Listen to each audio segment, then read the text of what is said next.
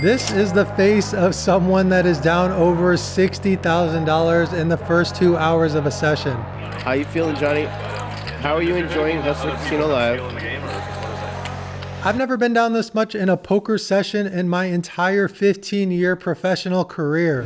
JohnnieVibes down 43K, just running putrid.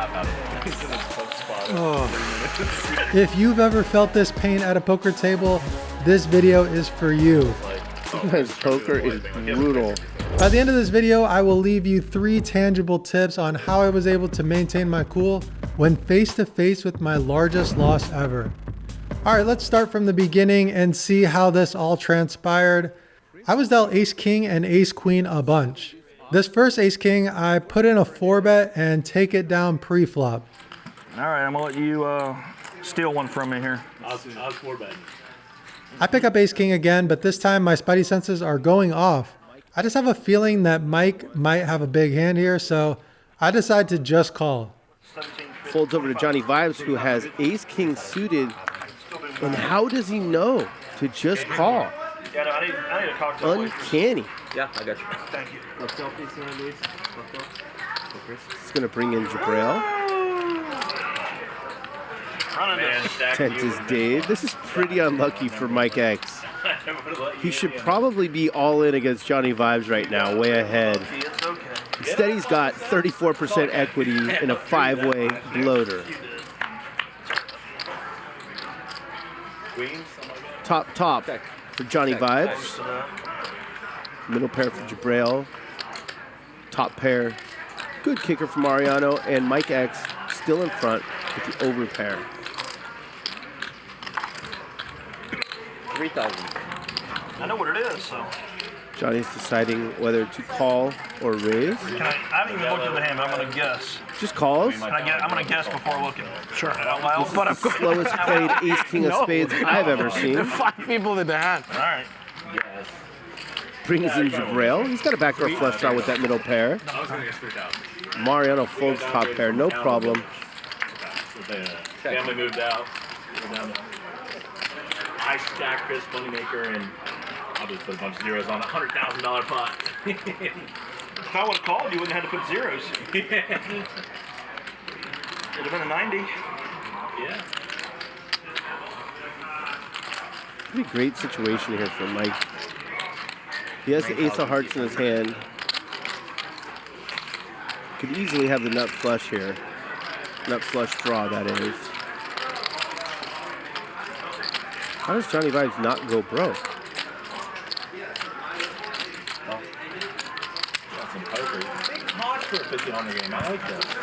Unfortunately, the board runs out in a way where I just can't fold ace king. 11K behind. Like quality poker. He's getting paid. I'm on. Johnny's gonna snap. I'm not as good as I I'm so look. sick right now. Oh my god. Oh my. Fuck. Beautiful house. That is a cooler. If it's any consolation, Johnny, most of us would have been stacked pre-flop, What happened? if not on the flop, definitely by the turn. 4-9. You didn't get stacked till the river. 10,009. Shortly after this, we get another ace king and put in a big raise to $5,300. JohnnieVibes says enough. I have ace king for the 3rd time in 45 minutes. I got stacked with it. Not exactly a great flop for my hand. It's also the kind of board that is good for Dave's calling range pre-flop, but I'm gonna sprinkle out a small bet here. I actually think I should check here though. He called 25% of his stack pre-flop, so I doubt he's messing around. As played, he makes the call. Now he's invested a whopping 40% of his chips into this pot. Not a good sign for me. The turn is no help and I decide to pump the brakes. Thankfully, he checks it back and the river pairs the top card. I fully expect this river to go check, check, but to my surprise, he puts out a river bet. I'm gonna mess with you big time. 8,400. 8,400. In relation to the pot, this bet is not that big, so getting a decent price to call. Prince, right? Like his name is Prince. No, it's not Prince. In retrospect, this river fold by me was a massive mistake. Not just because I can see the cards, but there are way more combos of hands that brick off versus hands that are willing to value bet the river in a 4-bet pot. In the moment, I didn't think he would call 25% of his stack pre-flop with a speculative hand. I incorrectly thought he would be weighted towards having pairs and Broadway cards. Luckily, I didn't know this in game that I made a bad fold, so it didn't really affect my mindset moving forwards. He's going to send it all in, and Rob's going to fold. That's what's going to happen. 25 extra. Dealt ace king again, and this time I decide to 5-bet jam over the top of Rob's cold 4-bet. All in. All you can eat. It's like 25,000. 25,000. We have that wrong, don't No, we? I actually had a good hand. All right, take it. 25,000. Come How do on, you get that on the Moose. button? I'm going to go talk See, to that Moose is over a there in disciplined fold by graphics. me. Next big hand, I decide to 3-bet Will on my right with the queen 10 offsuit. Get a couple overcallers, and Will closes the action. All right, this is an interesting flop. I do have the betting lead, I have an open-ended straight draw, and I block some of the flush draws. I think I'm going to be able to win this one a lot without showdown, so I go ahead and put out a continuation bet. Who's in the booth? 2,600. It folds all the way back around to Will, and he decides to jam all in. Who was better than Darth All you can eat. Really a brutal spot. You can see me doing some math here. Nothing too intense. I'm just trying to decide if this is a break-even call or not. Here in retrospect, I can run the math, and it turns out I need 33% equity to make this a profitable call. Versus the range of hands that would take this line, check jamming all in on the flop, it turns out my equity is 31%, and that's giving him a really tight range. It's really I've done close. this like 5 times already. It's very common. If it's close and you're playing on stream, put the money in. That's the rule, Johnny. There you go. An ace or a 9 for Mr. Vibes. Will wants to run it once, and I see a beautiful card on the turn, giving me the nuts. Johnny, can he hold? That's me. Just imagine the vice versa. You have aces? No, I have queen 10. Oh, I have a set, so. Oh, okay. You want to run the river twice? No, I'm just. Oh, wow. Oh, brutal. You do the right thing and gamble. You turn the joint. You ask your buddy if he wants to run it twice. He says, nah, I'm good. The board pairs. I was so worried. And now you're buried. 50K right out of the gate. I'm going to add another 50. Probably the most solid player at the table. Poker can be brutal. No, I think it would be. All right, I 3-bet the ace queen in a straddled pot versus Moneymaker's late position raise. And he's in a lot of trouble out of position with a dominated hand.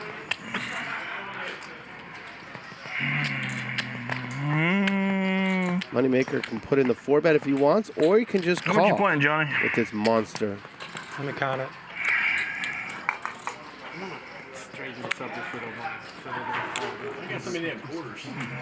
I don't know, have a 31,500. 31?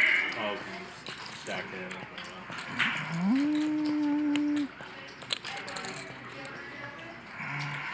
Make it 10,700. Johnny Vibes is never coming back to the hustler after this. Sounded pretty confident when you did that. I'm very confident. You're a confident man. I know. I can beat Queen Jack or whatever the fuck you raised me to 3,000 with. I was very confident in my hand, but I'm losing confidence. What? I was very confident in my hand, but now I'm losing confidence. You can Great always gain it discussion. back by putting your stack out there. I know. I'm confident that Moneymaker has more than Johnny. I'm also confident Johnny's Did going he to say he's all fold. in? No, I fold. Oh. Show that damn hand. No, I got time. I'm good. Show that damn hand. Nope. Show it. I got one of these already. I didn't think he had a button. Not even 90 minutes into the session, and I pick up another big one. Johnny Vibes is sick of it. Oh, pick it up when it's my turn to straddle. Got ace queen offsuit. Puts in the 3-bet. And face another cold 4-bet from Rob Kuhn. Here comes a cold 4. Not an easy spot. I'm telling you, after this, Johnny Vibes is never playing poker again. What's crazy is that so far my pre-flop reads have been spot on. I piled money in pre-flop with ace king and ace queen every single time I was ahead. The times I was behind, I flatted with ace king and folded the ace queen. All you can eat. Very good all in, Johnny. Maybe this will turn things around for you. I've really been in the zone with my pre-flop reads despite getting destroyed. Yeah, Rob. He ended with some of that 22, 23, around 23. 500, 200,000 or something. I don't know. It was a weird. Johnny folded ace queen to moneymakers 4-bet. That was like 200,000. Chris, would you shut up? He jammed it I said against Rob's I got a close spot. 4-bet. What's the bill? What was the bill? And you said it was what? Like if we're flipping, this is great. I got obviously have ace queen. I'd have called with a pair already. 19. No one would blame you for folding. It'll just look bad because it's on stream and he happens to have A few thousand too deep, I reckon. only hand you're doing okay against. What'd you have? May I see your cards? All right, we pick up aces. I 3-bet large, and Will decides to defend his open. If Magic puts an 8 out there, okay. I was going to say he hates Johnny At the Vibes. end too. It's The flop comes middling cards with no flush draw, so I decide that this is going to be a 2-street of value hand and check this one back. you got one of these buttons yet? Oh, Magic. That wasn't a needle. Come on. Shove it on me, man. Bad timing test. Hasn't the guy had enough? The turn is a terrible card, however, especially when he decides to now lead. Of course, I can't fold for 1 bet, so I toss in the call. For a live stream. Brutal. It is the greatest stream. Johnny needs an ace to win, a 10 to chop. Instead, it's a deuce. River card changes nothing, and he puts out a sizable bet. I think versus Will, I can actually fold here, but I decided to call for 2 reasons. Number 1, I'm under-repped, and number 2, I'm a bit frustrated. I tried to be nice the very first hand when y'all were in a big John's pot. gonna have gray hair. Yeah, and then that went out the window ever since that. So, well, I guess no one's being quiet, so. Call. Set. Johnny puts in the call. Yeah, I was like, Sometimes poker is brutal. So there you have it, down $60,000 in the first 90 minutes of play. An absolute nightmare. Yeah. I have a feeling this camera right here is doing the doom zoom. I'm down for that. That's fine. Zoom, baby. Zoom in on I Johnny. don't need to think. I don't really We're do playing a much skill anyway, game so. today. The zoom's so funny. How you feeling, Johnny? How are you enjoying Hustler Casino Live? Like I mentioned in the intro, I have never been down this much before. I'd be lying if I said that I didn't have some emotional thoughts or negative self-talk. But those emotional moments were fleeting, and I was able to make an epic $75,000 comeback, finishing in profit land. Obviously, the biggest comeback that I've ever made in my poker career, which gave me an over $11,000 profit. I definitely did not think that that was gonna happen. So how did I do it? How did I not lose my mind and go full-blown monkey tilt? It's just unbelievable. This kid probably won't last another hour. All right, before I drop these 3 tips, I want to throw out a disclaimer here and just say that I am a naturally chill person, a naturally calm person. Let me give you an example to show you what I mean. Check out this hand where Nick Vertucci has aces versus kings. This hand actually happened a couple nights ago. Nick's breathing is noticeably elevated. Now look at me when I'm in a big spot for about the same size pot as Nick. Chill as fuck. I don't have the same elevated breathing patterns. I'm just naturally more of a calm person. And keep in mind, Nick Vertucci is a multi-millionaire, so the money means a lot more to me than it does to Nick. So it's not about the money, we're just built differently. So internalize that for yourself. Do you generally get more worked up in emotional situations? If so, if that's you, you're gonna have to work a bit harder to overcome these tilt situations. Okay, disclaimer out of the way, let's hop into the 3 tips that I got for you guys today. Tip number 1, and this one works great, is change your physiology. This one works the best out of all of them, but it's really hard to execute in the moment because it means that you're gonna have to leave the table. If you live in a place that's cold, go outside. That cold weather is going to make you just explicitly feel different. Another thing that you can do to change your physiology is to exercise. Obviously, if you're in a session, you're not gonna go to the gym, but you could go out into the parking lot, work up a little bit of a sweat, get some endorphins pumping in your body, just physically kind of let it out. Changing your physiology kind of gets you in your body and gets you out of your mind a little bit. And it can definitely help you reset and help you dissipate some of that tilt, some of that emotional turmoil that's going on inside of your body. One thing that I actually do that helps me is I have this little device. It's a little breathing regulator. It's just basically like a little flute. You just take a deep breath.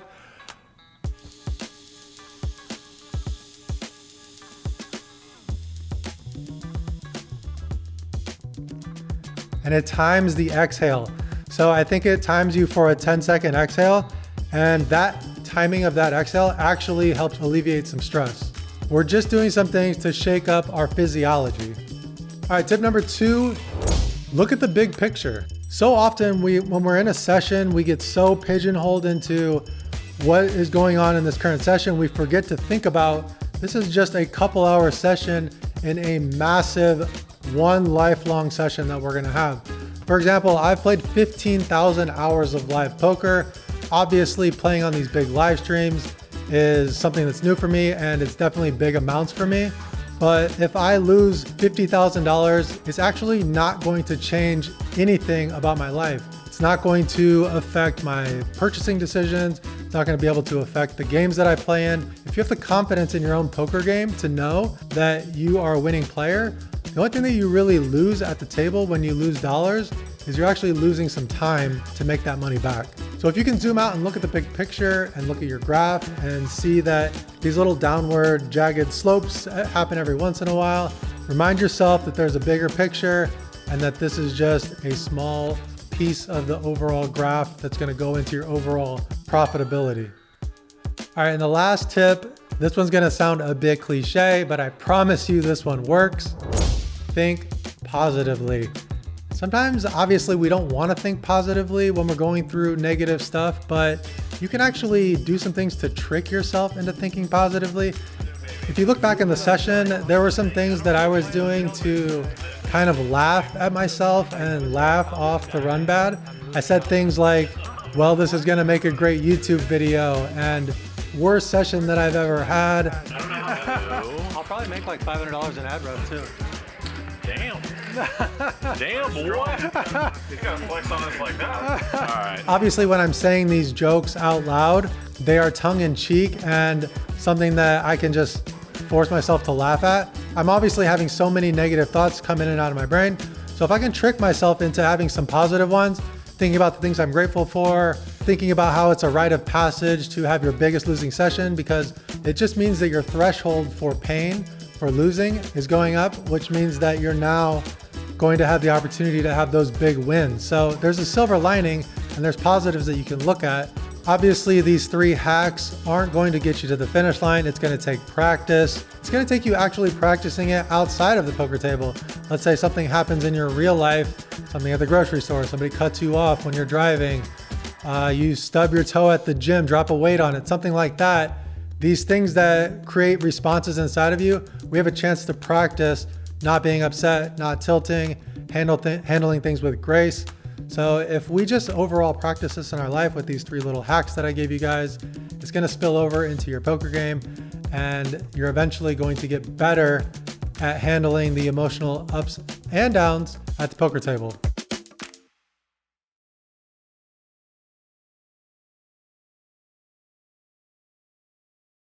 Thanks for watching, guys. By the way, I have these hoodies, these Vibes hoodies in the store. If you want to support the channel, pick one up. Otherwise, I'll see you in a poker room near you. Thanks for watching.